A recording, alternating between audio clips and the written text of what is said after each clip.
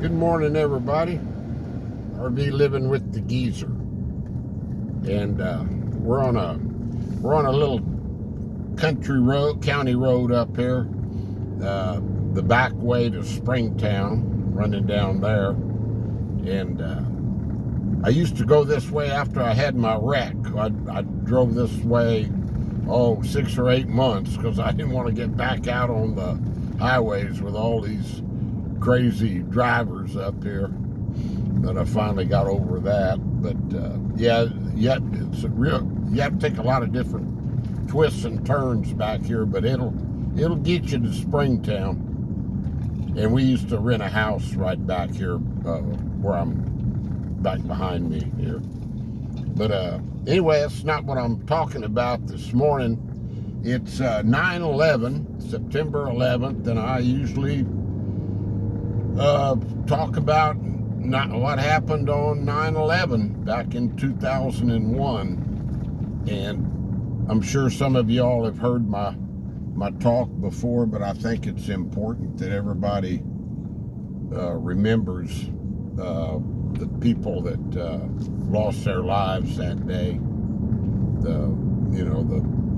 All the firemen, policemen, and civilians. And so that morning I got off. I was still in the fire department then, and that morning I got off duty at 7 o'clock and went on back out to the. I worked on my days off. Got back out to the ranch where I grew up, and my cousin Therma, I was painting the trim on her trailer. And I always had a radio with me when I painted up. I just had to listen to either old rock or country music. That didn't have anything to do with the story. And but I had the radio going. I'm up on the ladder painting her trim, and that's when they broke into the radio show and said that a plane. They didn't know really what was going on that time. The first reports, they thought it was just like an accident, but then it came back that everybody visualized like a small plane had hit one of the towers. And then more and more info started coming in, and then when the second plane hit, then you knew something was definitely going on. And the thing about it was, my stepdaughter Kim, was the one that she lives in Norway, and she had just had a baby. I guess a year before, and I hadn't seen the baby yet. She was flying. She was in the air on a aircraft flying from Norway over here when it hit. So when the 9/11 hit, and so once I heard what was going on, Linda was working out there at the office still for the institute, and so I went on down there. They had a little old black and white TV, and everybody had it all. They had it going. Everybody congregated around, and we didn't know. We had no idea what was going on with Kim. In the air, you couldn't get a hold of anybody or anything. And it turned out that they weren't over halfway yet. So instead of landing them in Greenland, the way they landed so many flights coming from Europe, they landed them. They turned them around, and they were able to go back to Norway, fortunately. But you talk about tense day, stress. That was it with Linda and I, and worrying about her till we heard something, and and then everybody knows how it went from there. Day went on, and we got home that night, and you know, after everything, the towers had collapsed, and reports started coming in, you know, about how many firemen were in there, and I had no idea. You know, I knew it was a lot, but I had no idea it was 343. And I just, when I heard that, I just broke down. I couldn't.